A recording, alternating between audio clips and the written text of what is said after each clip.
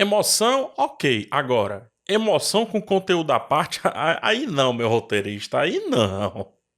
Aí é querer pegar os bestas. Esse vídeo não contém spoilers de Pantera Negra 2. Caso haja um vídeo com spoilers, o link estará na descrição e no card aqui em cima. Peço de cara o seu like e, se possível, que se inscreva no canal. Além de filmes, eu também cubro séries e será um prazer te ter aqui nessa minha jornada. Muito obrigado e vamos ao que interessa. Pantera Negra 2, Wakanda Forever, é a continuação do filme de 2018, que à época foi um fenômeno cultural, trouxe muito impacto para assuntos que me são muito caros, como ancestralidade e negritude, só para citar dois, né? A missão de Pantera Negra 2, ela é muito complexa, porque além disso, além desse fato aí com relação ao seu primeiro filme, tem também que lidar com a morte precoce do Chadwick Boseman, que foi um dos melhores que vestiu o manto ali de um super-herói da Marvel, né? Ainda mais um super-herói tão importante, tão representativo, tão relevante aí, né? E aí, aproveitando essa deixa, o filme apresenta a rainha Ramonda, a Shuri, o M'Baku, a Okoye e outros personagens, né, ali para não dar spoiler,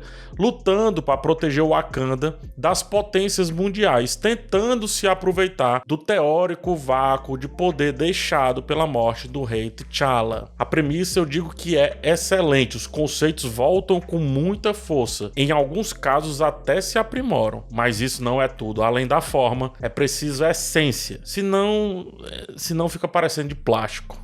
Uma das coisas que eu mais falo por aqui é como a estética sem miolo é um erro. Causa uma boa discussão conceitual, é fato, mas não eterniza o que realmente interessa, a história, as frases marcantes, os diálogos inesquecíveis. Um simples I never freeze, né? Pronunciado simpaticamente por um protagonista igualmente simpático, que se diz não congelar, mas que congela, se mostrando então uma pessoa falha. O primeiro filme é lotado desses momentos, desses trocadilhos. O primeiro filme cujo CGI é questionável, por exemplo. E mesmo assim, dada a mistura perfeita de forma e conteúdo, conseguiu ultrapassar e muito essas questões menos importantes técnicas, digamos assim. Coisas que ficam sempre vamos falar assim, vamos dizer que em vez de menos importantes, são coisas que ficam sempre datadas. No melhor ou no pior dos exemplos, sempre fica datado. Então, em outras palavras, o que eu tô querendo dizer é que os conceitos colocados aqui, eles são excepcionais, mas não basta. Se não ajuda a trama a acontecer, é fugaz, é passageiro,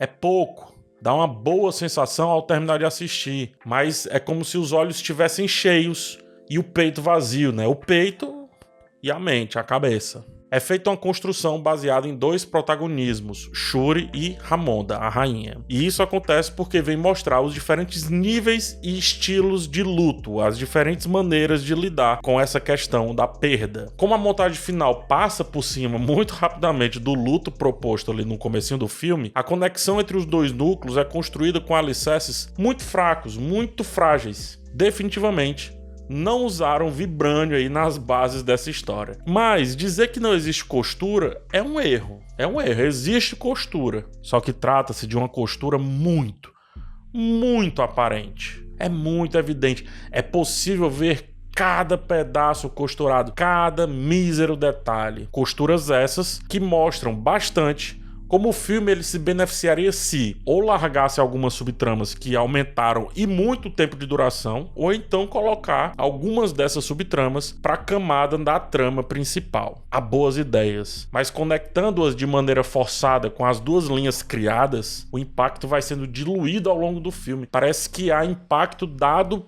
o apelo emocional, emotivo, melhor dizendo até, né? O apelo dramático com a questão do acontecido lá com o ex-protagonista, mas até a percepção de uma trama específica, ou seja, a da perda do ente querido, ela vai se esvaziando rapidamente. O filme tenta apostar em outras coisas e pouco visita aquilo que estava enchendo, né? Que estava encorpando a premissa, que estava encorpando as ideias primordiais. A dificuldade do roteiro em prosperar aparece no arco final. Eu não vou dar spoiler, fica calmo. Aparece logo no momento que o filme deveria se beneficiar de todas essas subtramas, todos esses subplots, todas essas subhistórias colocadas ao longo da extensa narrativa. Só que a virada, ela é pequena demais, ela é quase irrisória. Perde impacto da forma que chega e pela forma que se conclui. Se apega a 2 ou 3 frases rasas e uma conclusão do antagonista tão rasa quanto. O antagonista é forte em vários temas que traz, mas quando se relaciona com a protagonista em si, ou seja, quando ele entra na história que está acima dele, quando tentam colocar ambos em pé de igualdade, não funciona. O personagem é bom, mas a antagonia que ele sugere é quase irrelevante para a construção da personagem principal. É muito pouco frente ao tamanho que o filme vendia ter, frente ao tanto de assuntos que ele foi jogando, né? Que ele ia abordando, aí ele não se conclui e você dizia, opa, mas espera aí, é porque, ó, num dado momento vai juntar tudo. Não acontece. A virada é bobinha, uma frasezinha quase tola. Quase tola. Jogue-me no oceano com os meus antepassados que pularam dos navios porque sabiam que a morte era melhor do que a escravidão. Essa frase é fruto de uma construção complexa que faz com que cada caminho do filme, o primeiro no caso, possa ser contemplado inteiramente aqui nela. Cada coisa que aconteceu no filme está nessa frase. Cada momento, tá contido aqui.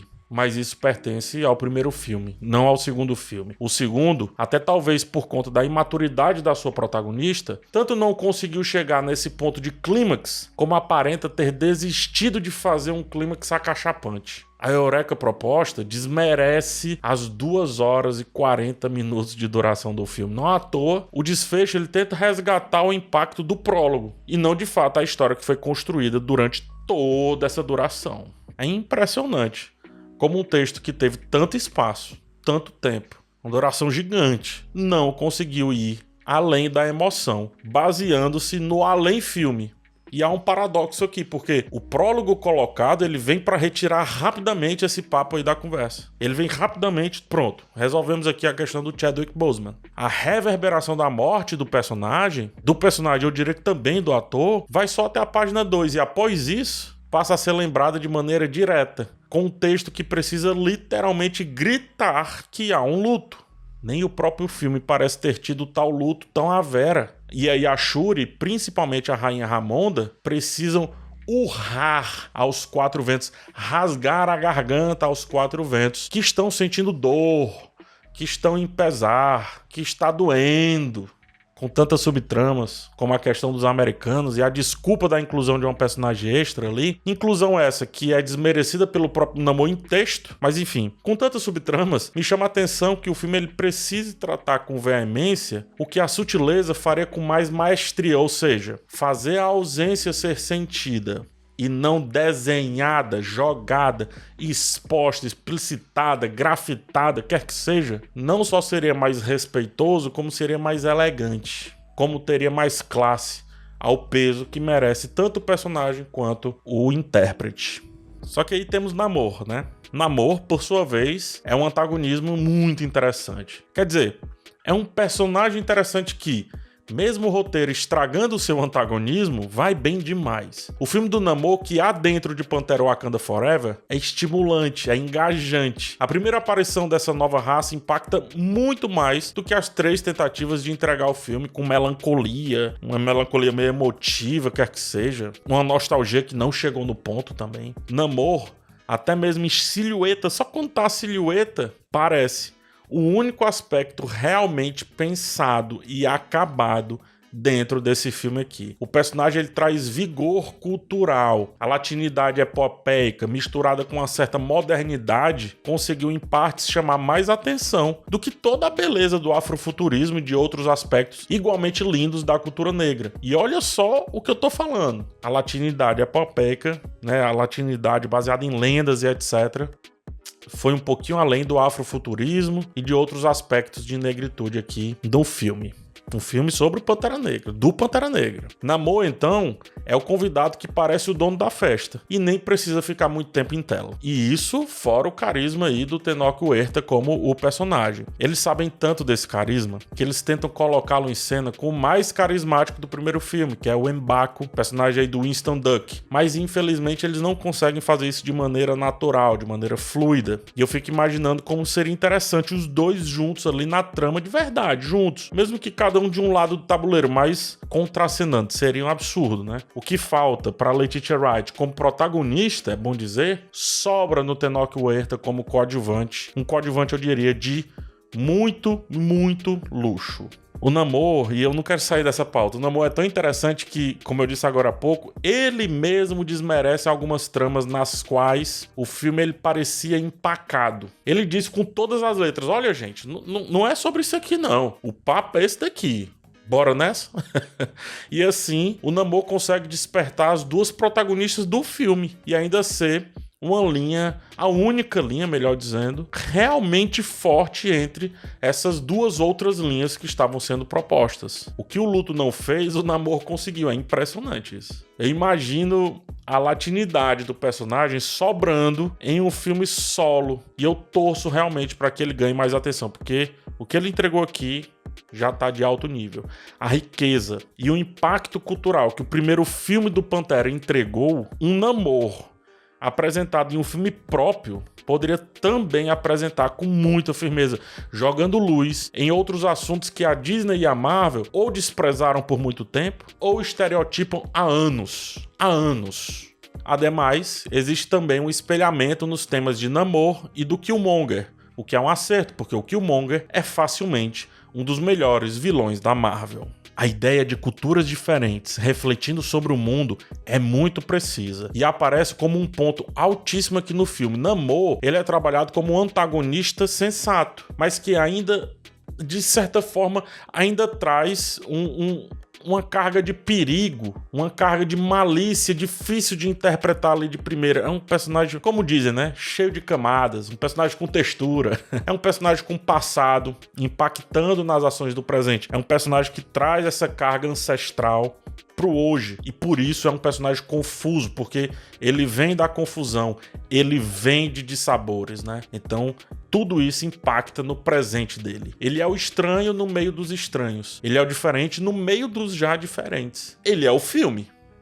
Mas, infelizmente, o filme não é ele.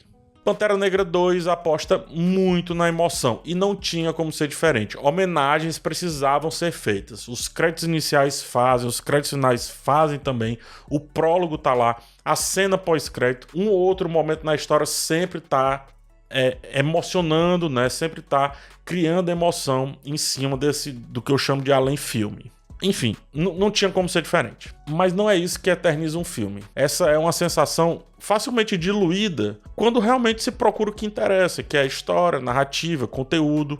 E fazer essa emoção, compartilhar com a trama, conversar com a trama também. Não ser esquecida ali depois das cenas iniciais. E esse lado da balança, esse lado que tem história, narrativa, etc., tá vazio. Se de um lado da balança sobra emoção e conceito, do outro, pra mim, quase inexiste aquilo que realmente vai trazer um certo equilíbrio e fazer de Pantera Negra 2 realmente um para sempre, um forever, como diz aí o seu título. É quase passageiro, não é para sempre.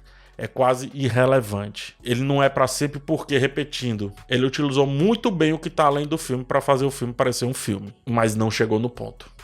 Não conseguiu chegar nesse clímax proposto. Vendeu bastante, mas não conseguiu se desenrolar nisso. Uma pena. Uma pena gigante. É isso, gente. Espero que tenha gostado. Por favor, deixa o like aqui no vídeo.